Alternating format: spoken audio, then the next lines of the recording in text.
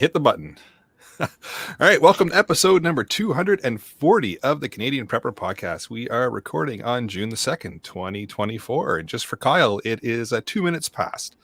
My name's Eric, host of the show, based in Southern Ontario, hunter, target shooter, ham radio operator, and of course, computer geek. As a first responder, witness an over-reliance on emergency services during major events, started a small preparedness company to help people get better prepared for at least 72 hours, if not longer. And I'm Jeff. I'm based in Central Ontario, and I'm home this time. I'm a target shooter, ham radio operator, general overall handyman, and weather nerd.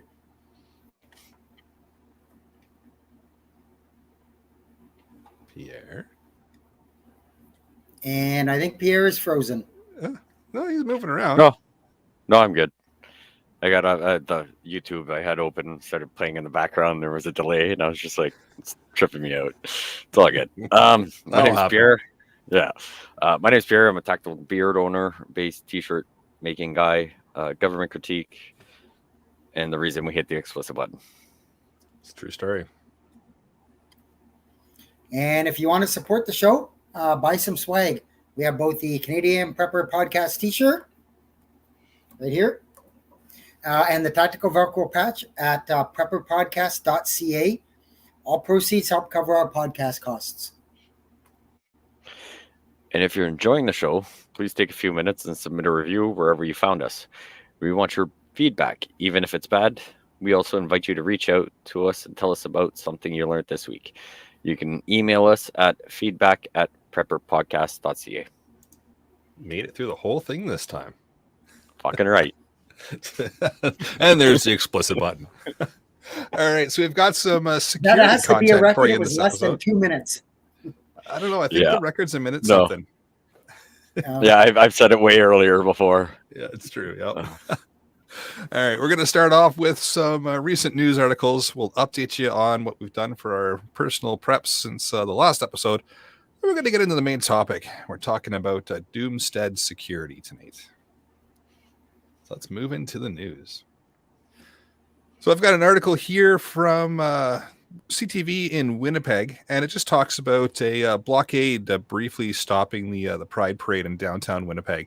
And despite your views on what they're parading about or celebrating and all of that, I wanted to just highlight this as something that can all of a sudden take just an event out in the general public and completely spin it around, right? So there's people there that support this movement, that are celebrating and having a good time, and all of a sudden a blockade comes in, and now your scenario has gone from, a celebratory type of event to a protest with no notice, no kind of heads up. You have no idea what's going to happen. So just it doesn't look like anybody got hurt or anything crazy happened in this scenario, but there could be some pretty big tensions during it. And if one little spark goes off, and now all of a sudden it goes from a peaceful protest that's shut down and parade for a bit into a little bit more violence, you just never know. So I wanted to kind of highlight that for people. It's just a reminder to keep your head on a swivel and always be prepared if you're out and about for unknown things to pop up and happen, because it seems to be happening more and more often these days. So was this intentional, or was it just like an unintentional way to practice edging? I think we're just going to leave that one alone. All right, Jeff. Yeah. So, and it's funny. I'll do a segue into my articles here. So, I was at a preppers kind of meet thing, and I'll mention that a little bit later. And I got talking with a lady there, new prepper, she was kind of just taking ideas and things, and we got onto the topic of water. And I was basically telling her, don't concentrate so much on the food. You need to concentrate more on the water. You have to have food, don't get me wrong, but you're not going to survive to have your food if you don't have water. And, she was like, well, I live in the city. I just flick my tap on and the water comes on. And I talked about, well, what happens if you turn the tap, it doesn't come on, or you turn it on, it comes out a funny color, it's got a bad smell, whatever, and talked about things like that. And funny, I get home last night and I'm popping on and browsing the news, And there is Atlanta, Georgia, a fairly major metropolis that had two separate major water main breaks within hours of each other.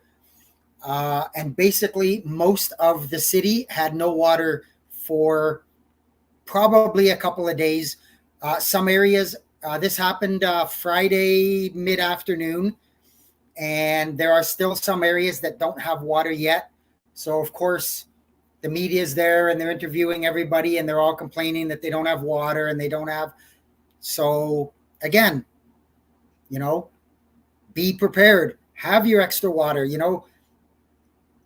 I'm sure all of us here, myself, Eric, Pierre, a lot of the listeners, if you lost water for 2 or 3 days, you'd be fine.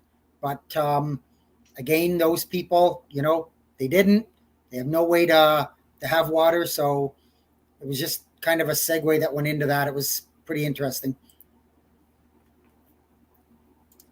That's a good point. It's water is kind of key, right? You need that along with food. You're not wrong there, but having that reliance on the city water system, it's very easy to get comfortable with it just flipping the tap on and there it is. But yeah, what if, right? You have there's any other news articles, or the two in here related to the same thing, I guess, eh? Yeah, they're related to the same thing. Awesome. All right, well, let's move on to what we've done lately for preps then. We kick off with Jeff. I did some fuel rotation. I did my monthly generator tests. And as I just mentioned, I attended a seminar on herbalism, basically plants and what plants can do for your health and all that kind of stuff. It was really, really, really interesting. The presenter clearly knew exactly, had his crap together, and he was quite experienced in it, and knew, he just basically touched on, wound care. That was a big one. Wound care. It was pretty interesting. Terry, who bailed on us tonight, was there, so I got to meet Terry, and he said some nice things about me after I paid him. So everything went well there. So Ford made it there? The Ford made it there, believe it or not. It was mostly downhill travel. Right. That's why he's not here tonight, because it didn't make it back home. Yeah, he had to go uphill to get back home. Yeah. Yeah. That presenter, they're going to be at the annual Preppers meet as well, Jeff, Yes, he is. Dan Flowers is his name. So fitting. He's going to be there for the very appropriate, as he said right off the hop of his presentation. Very appropriate last name for somebody dealing in herbalism. So he's going to be there. There's going to be a lot of people there, but he's going to be there, and I'm looking forward to picking his brain some more. Yeah, he's been there for as long as I can remember at the Preppers meet. Puts on a fantastic presentation. Yep. All right, for myself, the past week has been a whirlwind of work plus work, which equals work, and unfortunately, there was no real time to do anything preparedness wise this week. It happens from time to time. I know I get an F grade for this week. Yeah. Okay. As for myself, a bunch of work, a few late days, lots and lots going on with work. Fuel rotation. Figured I'd start on the bandwagon of testing the generator before the storm happens. Especially since I had to take it from one shed and put it in the new shed. Trying to get rid of the old one so we can get the camper here and start organizing the Doomstead a bit better. I'm pretty sure I made most of my neighbors not want to come knock on my door. I was left unsupervised for like 6 hours in the backyard drinking and playing music from when I was a kid. And the volume went pretty high. So I was like, yeah, it was good. And then just But you're not telling them the real reason why they wouldn't come knock on your door. Yeah. Because you hung your clothes on the fence, right? Yeah, but there is no fence. It was just on the ground. Oh, that's even worse. Just getting we got some racking up in the new shed, and then just tidying up, getting stuff organized, making sure the labels that are on the bin are actually what's in there. That's Getting no ready fun. to, getting ready to, figure out, okay, where's going to be the closest bins we want to keep in case something happens and we need to grab them. Probably store some of our winter stuff in the far back and then swap them out in the spring and fall and blah, blah, blah. So, yeah, planning all that out and having some drinks by myself in the backyard because there was nobody around and blasting some music. So it was a good old time of me time. So it was good. Very nice. Very nice. And no peopling required, so that's good. Yes. All right. Well, with that, let's move into the main topic. So this evening's topic, we have touched on this in the past, but we wanted to come back and revisit it again, mainly because it was mentioned in the Discord in the topic ideas list. So we figured we'd make a new episode on it. We touched on it a long time ago now, but we're going to get into just securing the Doomstead. So basically, just some security ideas that you can put in place for your home, your apartment, wherever it is that your primary residence is, because that's probably where majority of us plan on being should there be a shit hit the fan situation or any kind of emergency type of situation. Chances are you're either going to be at home when it happens or you're going to be trying to get back home if you're not at home. So securing your location, your main location is important, and you can take these ideas and move them out to another location as well. If your main residence isn't where you're going to be planning on being, if a major event happens and it's going to be elsewhere, like I don't know, cabin in the woods or something like that, you can certainly take these ideas and kind of mold them to your specific scenario. But we're going to be focusing mainly on securing your main residence and kind of where most people are going to end up hanging out in a major event. So as usual, we'll leave it open to all the panelists to jump in and throw in their 2 cents as you see fit. But I'll kind of kick it off with a couple of points here and just talk about the importance of home security. It's obviously it's kind of a critical thing to look after. Most of your preps, most of your gear, most of your equipment is going to be stored at your main residence. So I know some of you will be saying, no, it's not actually at the main residence. I put it somewhere else. I hide it along different areas. That's fine as well. But for most people, it's going to be stored somewhere easy to access, somewhere easy for you to get at, and that's most likely going to be your primary residence. So if you've got a bunch of stuff, other people in a bad situation, or unfortunately, even when times are good, sometimes people just want your stuff. So being able to secure it and take some action to make it more difficult for that to happen is usually the best way to go. Because let's not kid ourselves, the bad guys are usually lazy, and if you make them work for it, they're going to go elsewhere. So focusing on that and just making sure that everything is secured, I think is a pretty important part of preparedness. Not always something that you think about, right? You think about your food, you think about your water, you think about your bug out bag or your get home bag or whatever kind of bag that we talked about on the last episode there. But not everybody thinks about securing those things and making sure they don't walk away or somebody else takes advantage of it being there and taking it. Yep. And on top of that, it's not only the things, right? It's protecting family members and friends and the people that are within that that residence, right? It's maybe not the people. I know, Pierre, you don't people. Yeah, I'm like, let's use people and friends very loosely here. Okay, family not so much. But. Okay, so your immediate close family that you choose to reside with on a daily basis, I would assume, are somewhat important to you. So you might want to protect those people. Extended family, roll the dice. Up to you and your certain family situation. 100%. Again, the whole security thing, while times are good, it's important. While times are bad, even more so important, because that's when you get the people that maybe wouldn't necessarily be eyeing up your stuff starting to get a little bit desperate, and now they're looking for who is in a good position and maybe trying to take advantage of that. But I think it applies in both scenarios, because, well, I think Pierre would agree with me. People are shitty. Yes. And since you've opened up the doors for the explicit button, figured I'd just walk right through. Welcome.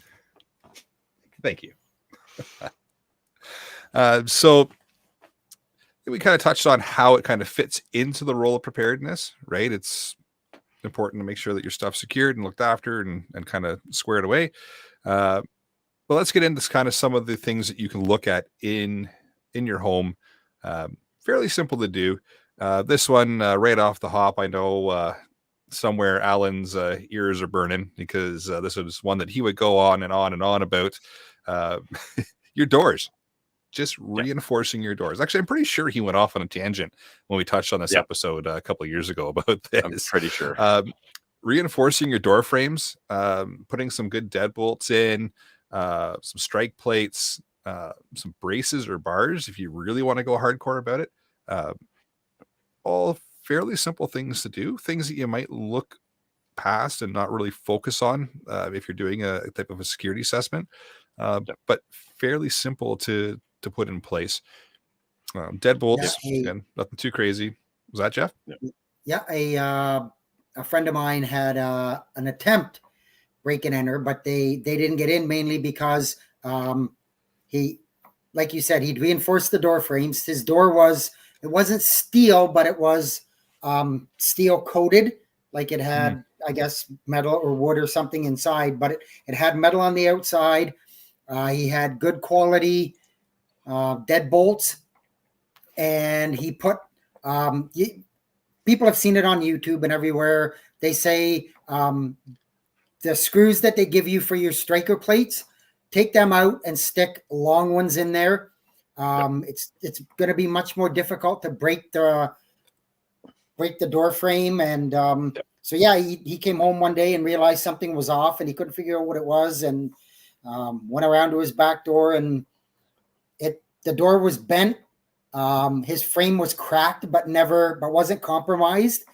Well, I shouldn't say that. It was sort of compromised, but they weren't able to gain entry. They literally bent the deadbolt, but they didn't get in. And there was probably at least a good half a dozen boot prints on the door. So, that protected him.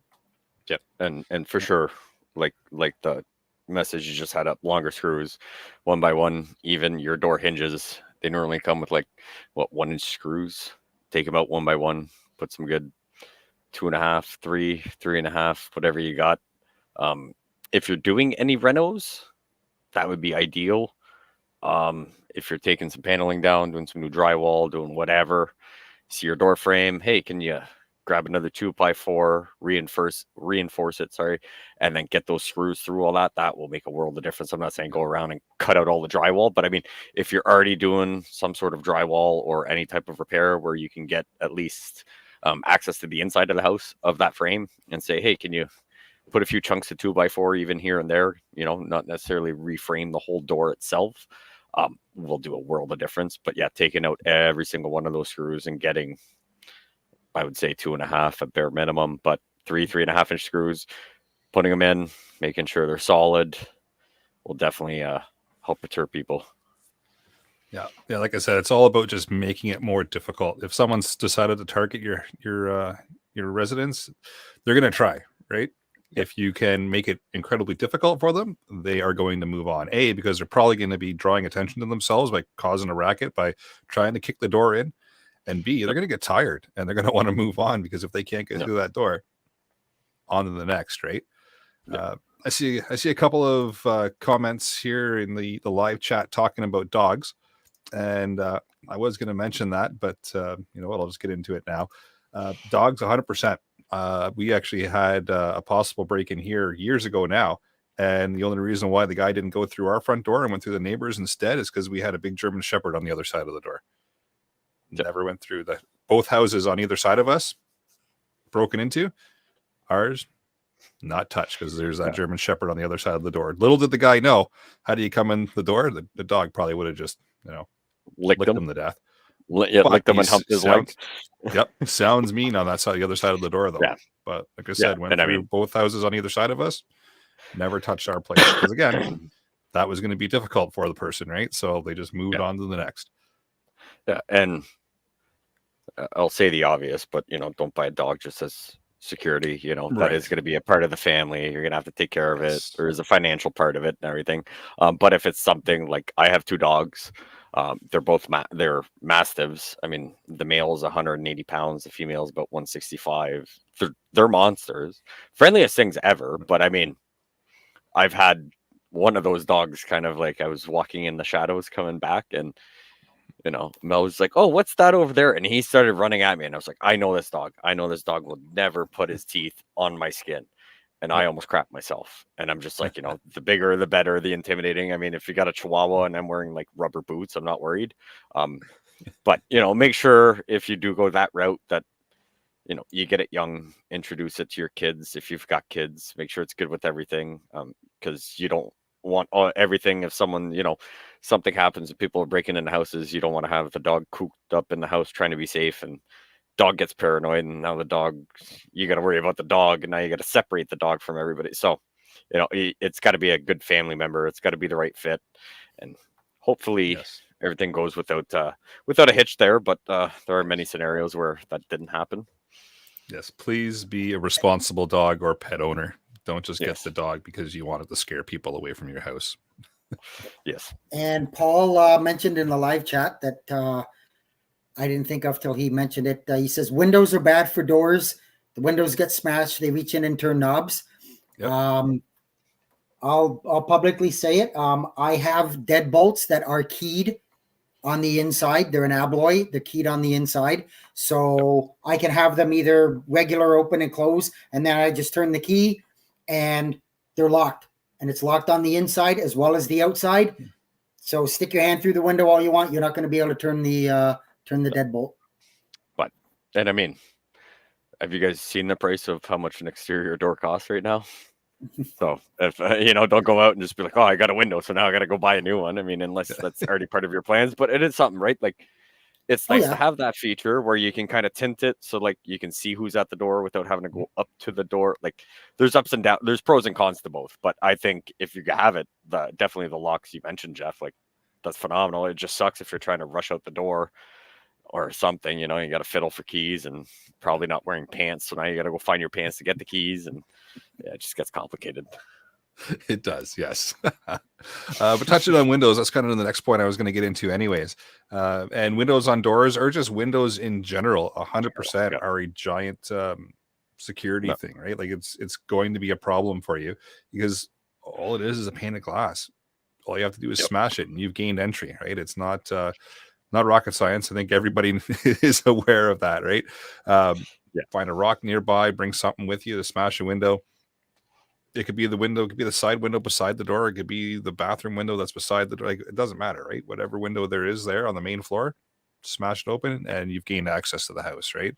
So you can obtain security film that can go on the window. It's going to make it harder. It's not going to stop people, right? But again, it's making it a little bit more challenging. So they decide this is probably not the place to go to. Let's go somewhere else, right? So a security film, which is just basically a tint that you put over the window, can kind of help, and it helps in even if it's not someone trying to break in, but like bad weather comes through and a tree hits your place or something, right? It kind of helps with the glass shattering that way. Again, it's not going to stop everything, but it makes it more difficult.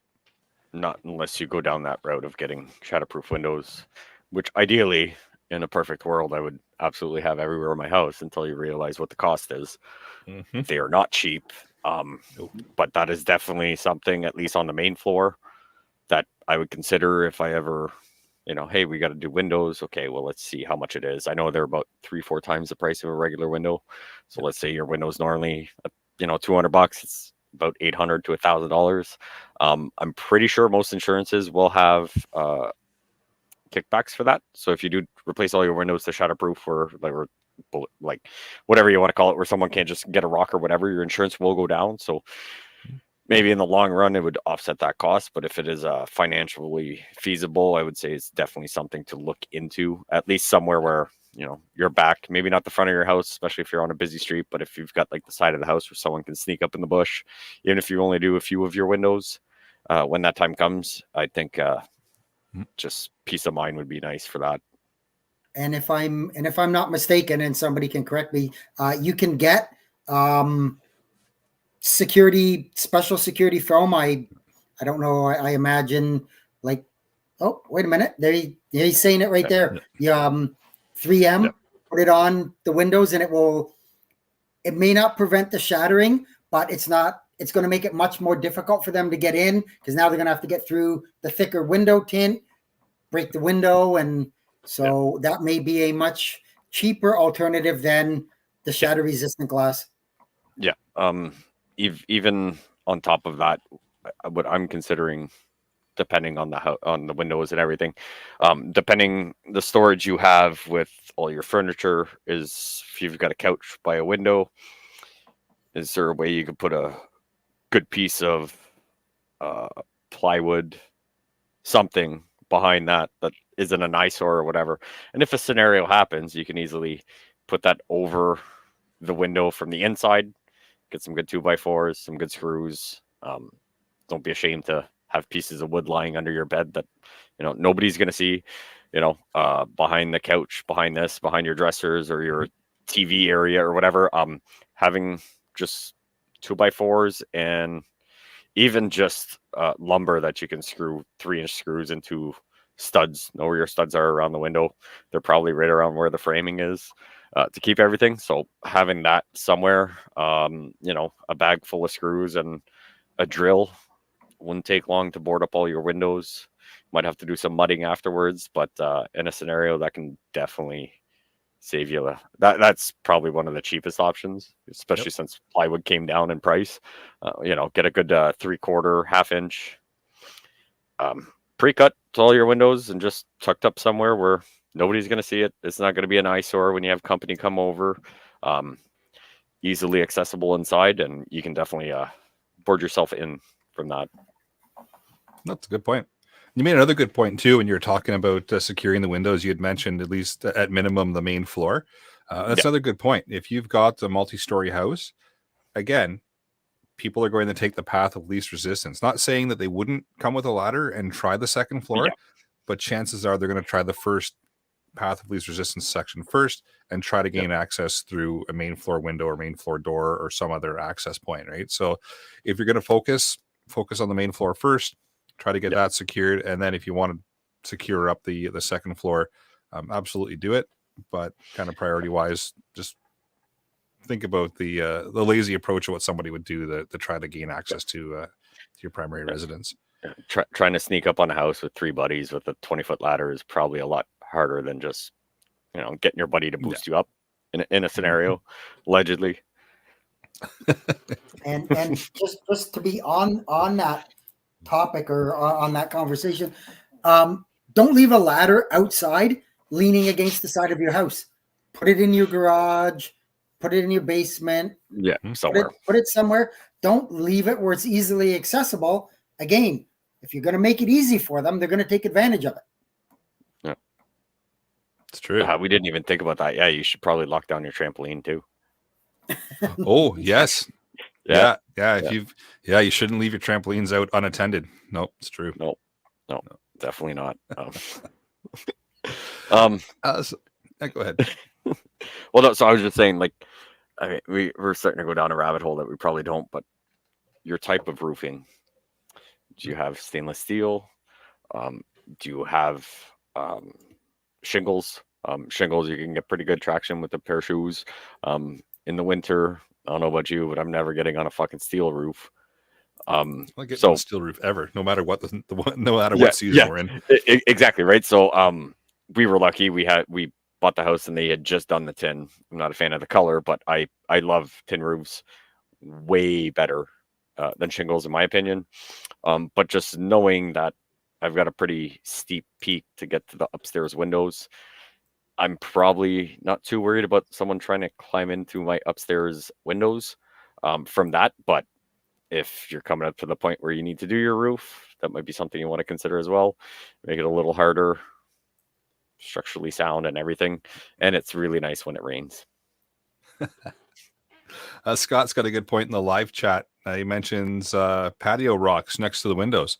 So, everybody likes to landscape their property and have it look nice. Sometimes you'll use rocks and that kind of thing to accent things.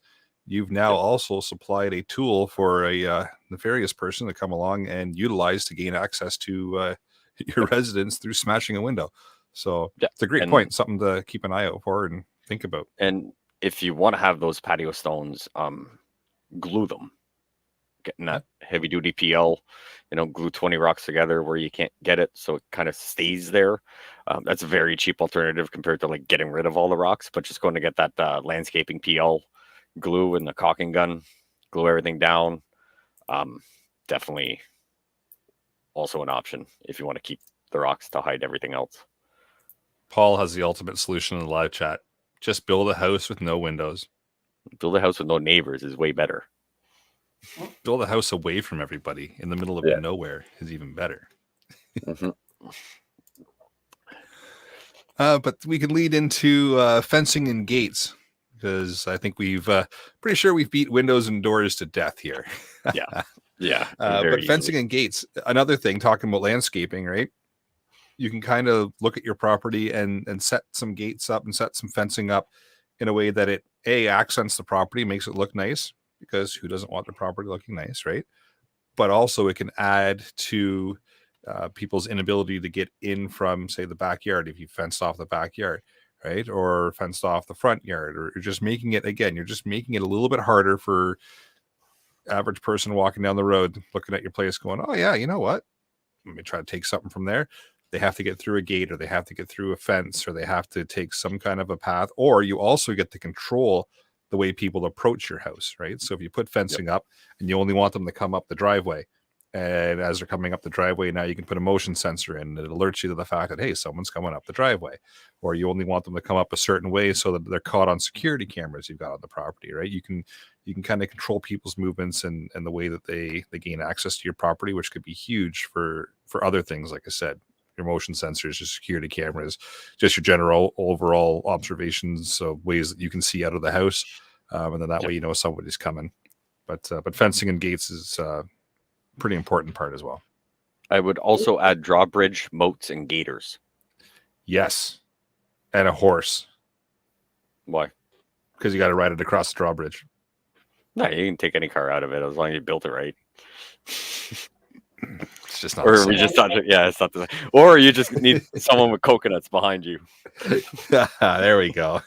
And while those are great ideas, and I think they're excellent deterrents, you may pique the interest of the perpetrator, shall we say, or the criminal, to say, hey, this individual's got all this stuff here. He's gone to all these lengths.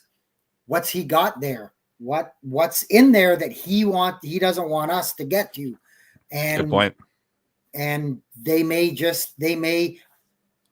pick you out of one to say, there's got to be something there. The guy's put up gates at his driveway. He's done this. He's done that.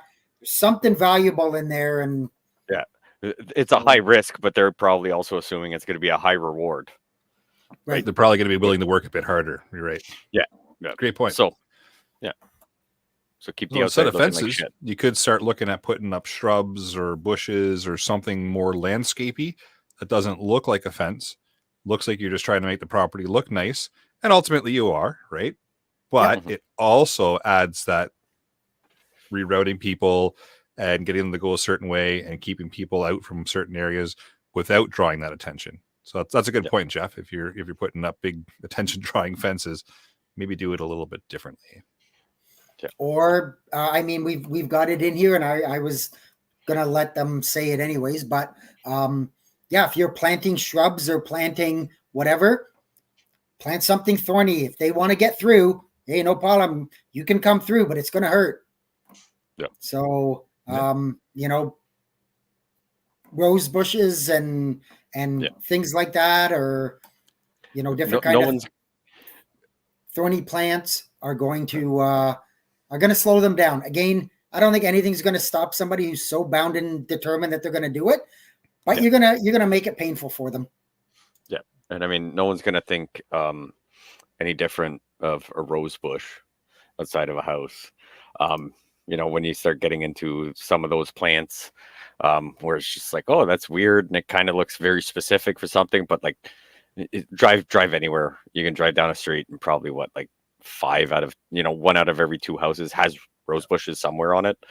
They kind of blend in, and they probably don't use it for that because they like the smell and they like to see the bees or whatever, which you can do the same, but you can also add it as putting it under your windows in close proximity to it, that they have to walk through it before they can get to a window, and they can't. But he doesn't want to stand there and hoist you up through the window because he's got to squat in a bunch of thorns. Not a bad idea. No, it's true.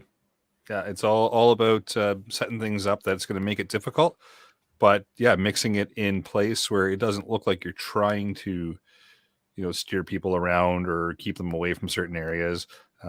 Certainly works much better than setting up a big fence like we were talking about earlier. It doesn't draw as much attention, which is always good, right? We want to keep that low profile and not stand out versus standing. Unless you want to stand out, you want to build a huge, big, 6-7 foot fence and have at it. Up to you. Yeah, go for it. Yeah. So the next thing, and this is probably top of everybody's list, is surveillance systems. And of course, being a nerd, I love this kind of stuff because I can hook it up to the computer. So, cameras, right? You can set up all kinds of cameras. Again, we've touched on the whole, not standing out. Do you want cameras all over that 7-foot fence that you've put along the front of your property? If that's your thing, great. But it's going to draw attention, right? So cameras are a fantastic resource to have. But again, like we mentioned, they kind of make you stand out and will draw some attention as well. And people, they're starting to become more mainstream now. You're seeing them more often on houses, so it's not as big of a kind of a standout as it used to be. Especially now at the same time. And I agree to a point, but I look at it as, I guess from my end of it, it's not a barrier to stop somebody. Right? It's not going to stop them. It's not like you're reinforcing a door, you're doing something, you're putting up a camera. Well, there's lots of ways to get around a camera. Wearing a hoodie, put a mask on, do something like that, right? You're going to catch them in the act or see them doing it in the act, but I personally don't think, and I could be wrong, and I'm wrong a lot, but I don't think that just the fact that they're going to see a camera there is going to be much of a deterrent to them. No, and I wouldn't putting a camera up as my top priority. It's lower on the list in comparison to everything we've talked about so far, right? Like barricading my windows, locking my doors, getting better hardware, all that I can do for the price of one camera, even the cheap ones. But I mean, like I said, don't get me wrong. I'm not saying they're not a good thing. And a lot of people use those Ring doorbell cameras that you can talk through. So if you're talking through it, does that person know that you're really not home? Maybe you just don't want to answer the door, right? So there's good and bad to it, but. Yeah, it's true, and you can get a bunch of the cameras, not even the doorbell cameras. I just don't quite see it as that much of a deterrent, to be honest. But yeah, me neither. But and you can, like you mentioned, Jeff, the doorbell cameras with the two-way audio. You can get those in cameras that you could place around the house too. So you could use it as kind of a distraction, right? Make it sound like you're in the backyard if you know bad guys come in the front. There's options there, and yeah, it's a nice to have. I agree with you. It's not an absolute need to have thing. It's kind of once you get a few other things under control and figured out that you can put those in as well. If it's your thing, right? Not everybody wants them. My main thing would be make sure you have control of where the recordings are and they're not up in some third party cloud in the middle of nowhere that you don't know about, or they can just disappear on you, and make sure that you've got someone installing them that kind of knows what they're doing. And and whether that be either yourself or someone else. So if you have video on your property, do you not have to have a sign saying somewhere that's legible saying that this premises is under video surveillance, or is that just a thing? I don't think there's legislation to it. I think it's just, I think it's just, to be honest, I think it's another deterrent thing. You're telling them, hey, you want to come on here, you're going to be on video, and Yeah. So I'm sure there's nothing illegal about having that sign and not having cameras as well. Yep. It could also be a very cheap alternative.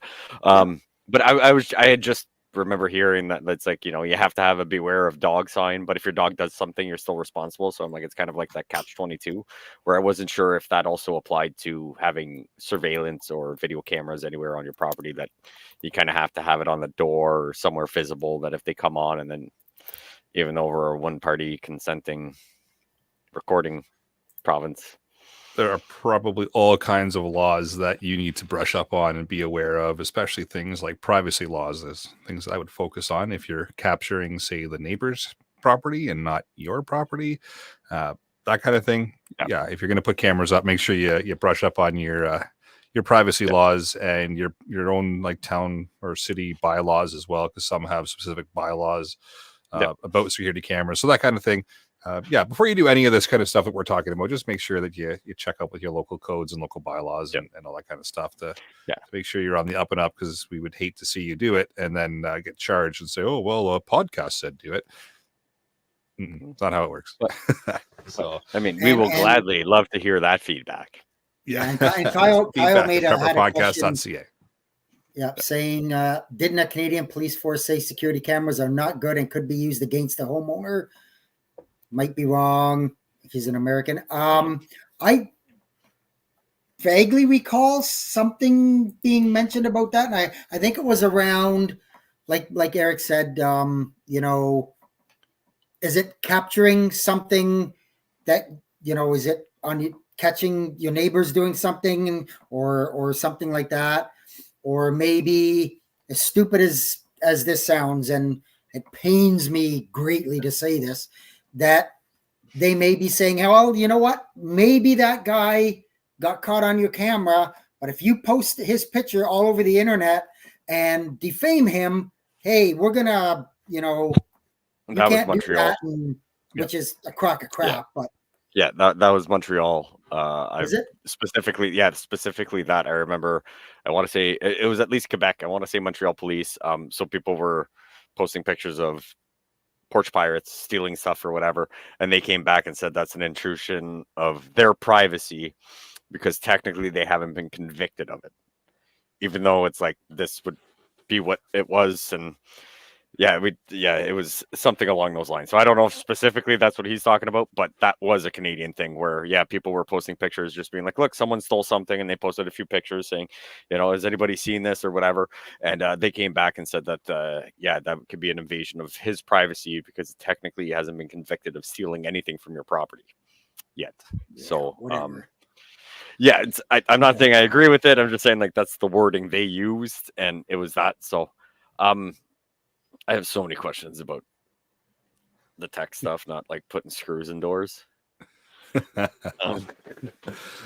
how about we move into alarm systems? So we've gone from security cameras to alarm systems, and that's another topic that's up for good debate. Some people will swear by them. Some people think they're absolute garbage. You know what? If it's something that's going to draw a lot of attention to your place because somebody has smashed a window, that's probably going to scare them away. Yeah, maybe not. Some people are they know how to fight through that, and they know it's not going to be a big deal. We can find where the speaker is, cut the wire, and away they go. Yeah. Right. That's going to be a personal choice for you in your situation. Yeah.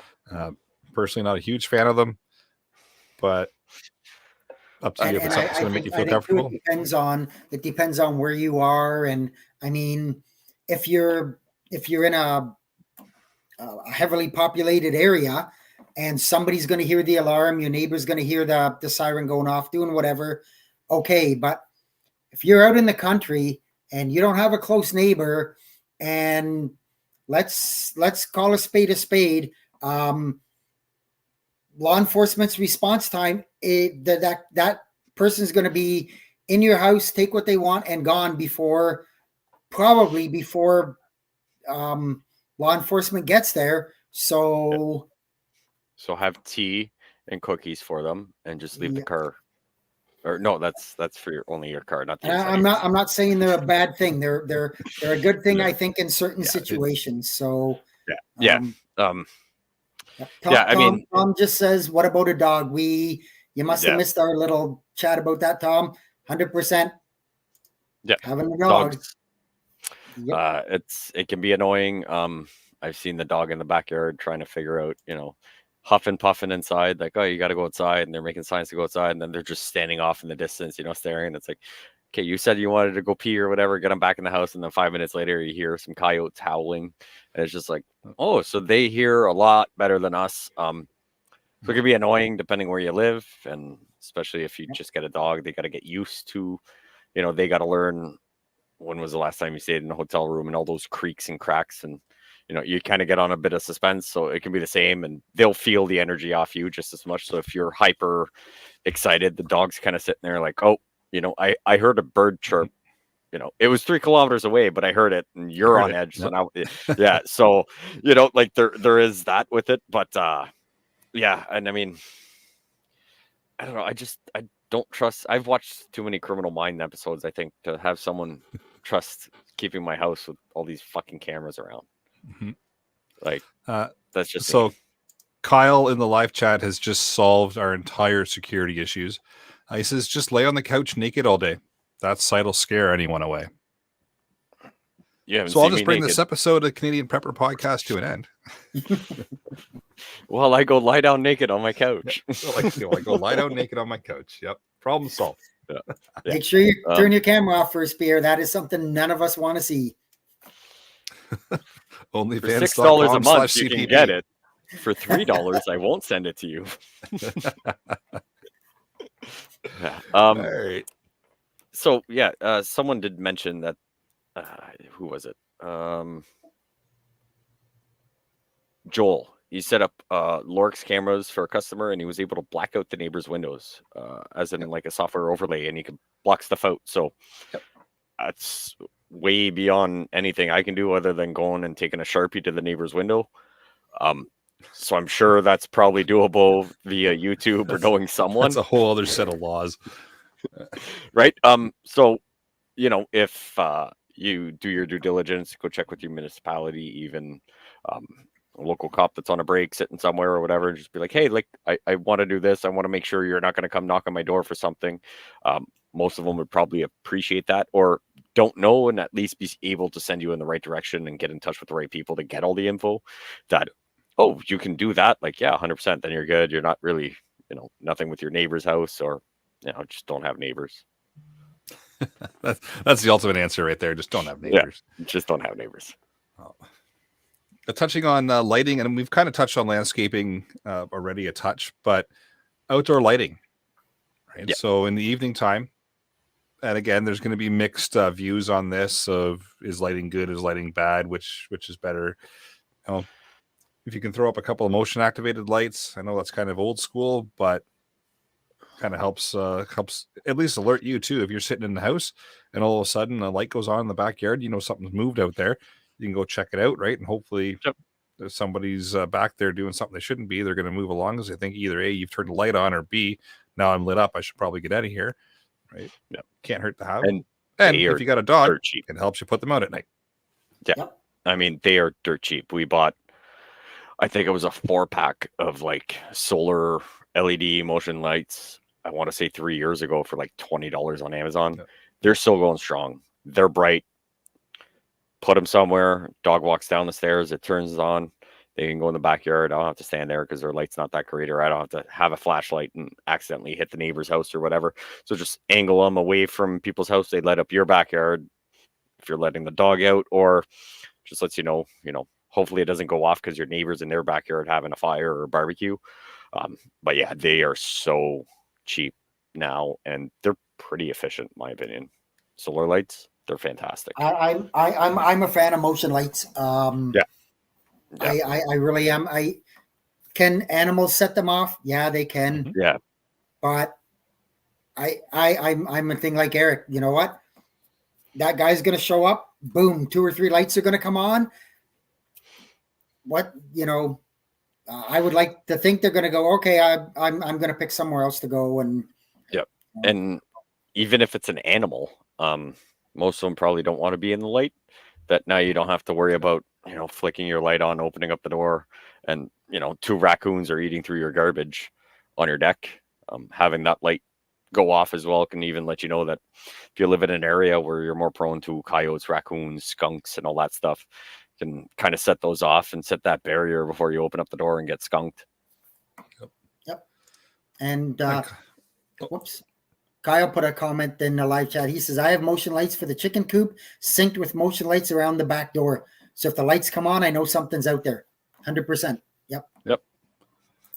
Yeah, that's a good point too, is you can set things up around your property. Depending on how big your property is, you can set things up to have little triggers like that alert you that something's going on around the property, right? It doesn't have to be that the light lights up where that person is. Maybe the sensor triggers away from where they are, but lights up a light where you can see when you're in the house. So now you know, okay, something back at whatever area is moving. I should probably go check it out. It all kind of depends on what your scenario is and what you kind of want set up for alerting. Or you can set up multiple lights that are just going to come on and completely light the whole place up. It's completely up to you. Another thing that's not mentioned here, and I just thought about it, so I better say it before I forget it. My old age thing. If you've got a long driveway, have a driveway sensor. I know somebody that lives well off the road, and they've got. He didn't tell me what type. I didn't go any further, but he's got a driveway sensor that I'm assuming it's infrared, and as soon as somebody breaks the beam, he gets a ding on his phone. And it also activates 2 lights beside the driveway. So, you can tell if someone's coming. My aunt and uncle have that, and they live fairly remote in New Brunswick. And if someone's coming up the driveway, all of a sudden there's just this chime that goes off, and they know someone's coming up, and they can glance out the window and see them come up the driveway because they live on top of that hill. And it's not bad. I mean, it's kind of useless if you can only fit a smart car in your driveway, but they're already at your front door. But it's not a bad thing depending where you are. Just if it gives you peace of mind, absolutely go for it. I'm not going to tell you how to spend your money. Yep. It's I got a feeling it's probably a fairly cheap option. I don't think they're crazy expensive. I haven't looked into them because I specifically don't have a purpose for it. But it's out there. Anything is doable as long as you got the right amount of money. It's true. And nothing says that driveway sensor needs to be used for a driveway. Yeah, you can set it up in your backyard. If you've got a bunch of fields, someone can walk in your backyard. Mm-hmm. As long as it's, within the parameters of that, you can have someone break that sensor in your backyard. It might say driveway, but it's not. I'm sure they're programmable where you can switch it around or change the sound or do something. But just because it says it's a driveway sensor doesn't mean you can't repurpose it for another location. Yeah. Oh, absolutely. Yep. Yeah, for sure. And then, so we've talked about kind of security hardening things and, figuring out how to make things, difficult for people to gain access to your primary location. But what if they do gain access? Now what? Right? So having some kind of a plan in place for, okay, I'm home or I'm away, either or. I now know that somebody's in my house. Now what? You deploy the Roomba with the Claymore. Well, clearly, the Roomba with the Claymore in the kitchen. Yep. Yes. Or Colonel Mustard with the candlestick. Yeah, that's another good one. But it's kind of important to have that kind of plan of action already in the back of your mind. Make sure people that reside at your primary residence kind of have defined roles or are told what to do or how to act. Because the time to kind of come up with that is not the time that somebody's already gained access to your house and is rummaging through your stuff, right? We're not going to get into the nitty gritties of what it is you need to do or how you're going to do it, because there's all kinds of legalities there as well that you're going to want to figure out before you come up with a plan. But making sure that you kind of know what you're going to do and everybody has a role and a responsibility and knows what needs to be done. But as far as what actually needs to be done, we'll leave that up to the listeners to come up with their own plans after they've researched the laws and responsibilities and all that kind of fun stuff in their respective areas. Just make sure you get your survey before you start digging. Mm-hmm. This is true. Yeah. Go ahead. So, just saying, like, so if you're gonna do any remodeling, obviously you don't want someone to kick your front door in. But if they do get through that reinforced door, and you've determined this is the room where family members, kids or whatever go, would probably be good to do even more work on that door. If they went through all that effort to cook your front door in, and you leave the indoor frames, with those shitty screws that you can just fall over and it open. I would even say that infrastructure and doing all the security for your deadbolts and everything for your front door, and then even being at bare minimum the same as your front door, or even more inside that, if they decide that, they get winded and they kick everything in and everybody goes to this specific place and they're already exhausted and it takes the same amount of effort or more effort, would probably perturb them a lot more, for everybody's safety, specifically yours. Yep.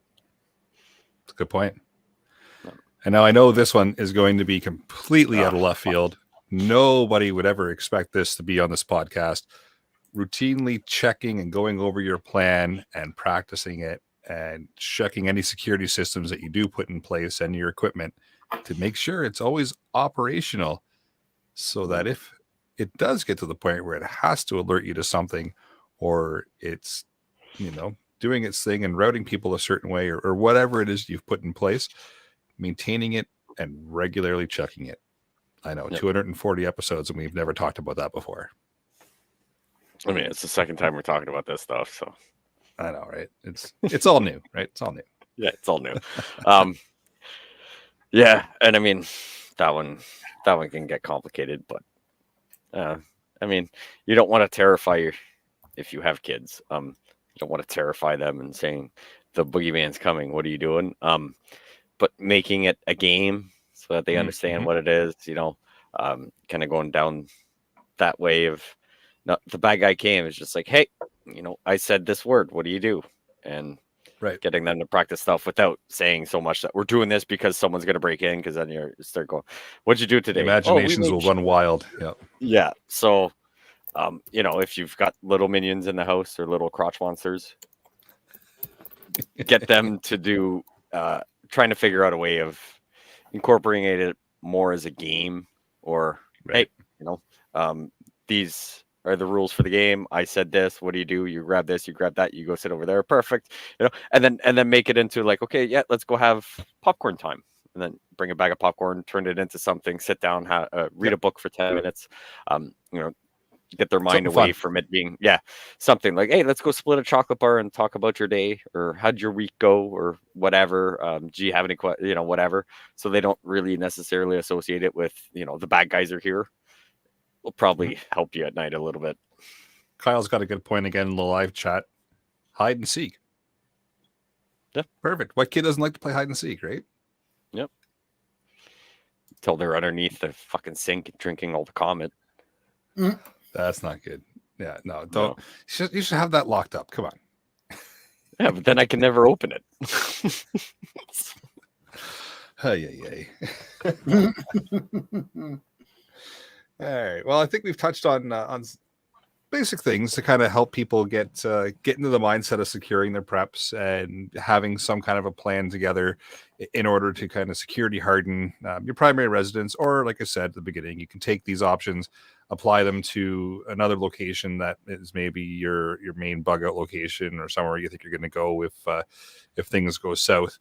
But the whole idea was just give you some basic ideas, kind of turn your mind to, you've got all this good stuff now. You're in kind of a good space with all your preps and all your gear and all your equipment. You also have to look at the fact of securing it because people are shitty. Yes. Hopefully we've kind of touched on that and given people some ideas and maybe touched on a few things that you haven't thought about. But any final thoughts from the panelists? I mean, no, it's just figure out what your most likely scenario is and tackle one thing at a time. Yeah. But I'm sure there's lots that people are going to be upset that we didn't even touch on. But that's what we've got. Maybe we'll do an episode 3 at year or two from now. Yeah, we'll revisit it when the Roombas come pre-installed with flame floors, and they can build a fence for you too. Yep. Yeah. I mean, you just need to give them the perimeter. They can vacuum the backyard. You don't have to be outside to leave your fucking neighbors. Get your neighbors to leave you alone. Yeah, you don't have to vacuum your front lawn anymore. No, it's send the room out. Awesome. All right. Well, with that, how about we move into the podcast challenge? Jeff, I see you punched it in there. You want to read it? Yeah, sure. Just do a security review of your house. Do a walk around. Have a look at, your doors, your windows. We talked about, if you've got like bushes or something out the front, maybe they're great. You don't want to be able to see the road, but then if you want neighbors to watch your place, they can't see in either. So, just do a walk around and do an assessment. All right. Upcoming events. We've got the annual Preppers Meet coming up July the 11th to the 14th, 2024. Check out the annual Preppers Meet website. You can just throw annual Preppers Meet into Google there and you'll get the website. Tickets are on sale. Great event. Lots of good presenters, good speakers, lots of really good content. Like Jeff mentioned, he's already kind of previewed one of the presentations there, and it's really, really good. So make sure you come out. New location this year. It's in Everett, Ontario, I believe it is. Yeah, just north of Everett on Concession Road 4. Yeah, perfect. So make sure you come out and check it out because it's totally worth the time to check out. And it's coming up quick next month because it's June already. Yeah. Where did May go? Oh, all right, you got a weather blur there, Jeff. Yeah, I'll be quick with this one. So I mentioned last week that I kind of felt the severe weather was going to take a pause, and yeah, I got that one wrong. Hasn't happened.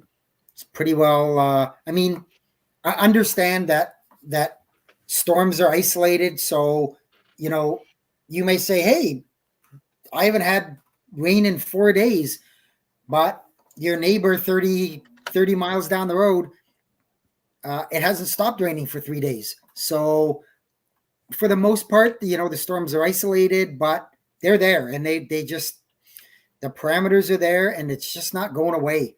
This has probably been one of the busier stretches of severe weather that we've had for a long time. I was going to dig into some stats today, but unfortunately I didn't get a chance to do that, but hopefully I'll do that for the next one. Almost daily, there's a slight to enhanced risk of severe storms, especially areas, the prone areas, North Texas, Oklahoma, Kansas, Iowa, those places. Like I say, they're pretty well in a warning every day. For us locally, Ontario, we could see some weather Tuesday, Wednesday, but at this point, I don't think the storms are going to reach severe limits. We are technically in hurricane season now. As of January 1st was the start of hurricane season. I'm thinking, as I said in my last episode, I kind of gave my projections. I think it's going to be pretty active, and I think we'll see our first named storm sometime in the middle of the month. Awesome. Well, Jeff, you wouldn't be a true weather nerd if you didn't get things wrong every once in a while. That is true. All right. Well, with that, I'll bring episode number 240 of the Canadian Prepper Podcast to an end. You can find the podcast on iTunes, Spotify, or really your favorite podcast app. I'm pretty sure we're out on all of them by now. Please do submit a review on any of those locations. It does help us out and, of course, encourages the algorithm to push the podcast up higher so other people can find us. And we do record these shows live on YouTube and the Book of Faces. If you want an early peek at the shows, please subscribe to the YouTube channel, Canadian Prepper Podcast, and click the notifications tab. That gives you an alert when we are going live. If anybody wants to reach out to me for anything, you can reach me at feedback@prepperpodcast.ca. You can find me at Off the Wall Customizing for the best, the most inappropriate shirts ever. Off the wall customizing at Gmail. I kind of went back on the Discord and then just cleared all the notifications because like everything had like 75 messages, and I've been doing my due diligence on trying to stay on top of it. So I'm slowly getting caught up. Or you can find me on Monday nights on YouTube's for the other CPP Canadian Patriot podcast at 9:00. Awesome. Check out Rapid Survival at rapidsurvival.com. You get me there on the live chat, or you can flip an email to feedback@prepperpodcast.ca. Well, thanks for joining us. Until next time, be prepared, stay safe, and keep learning.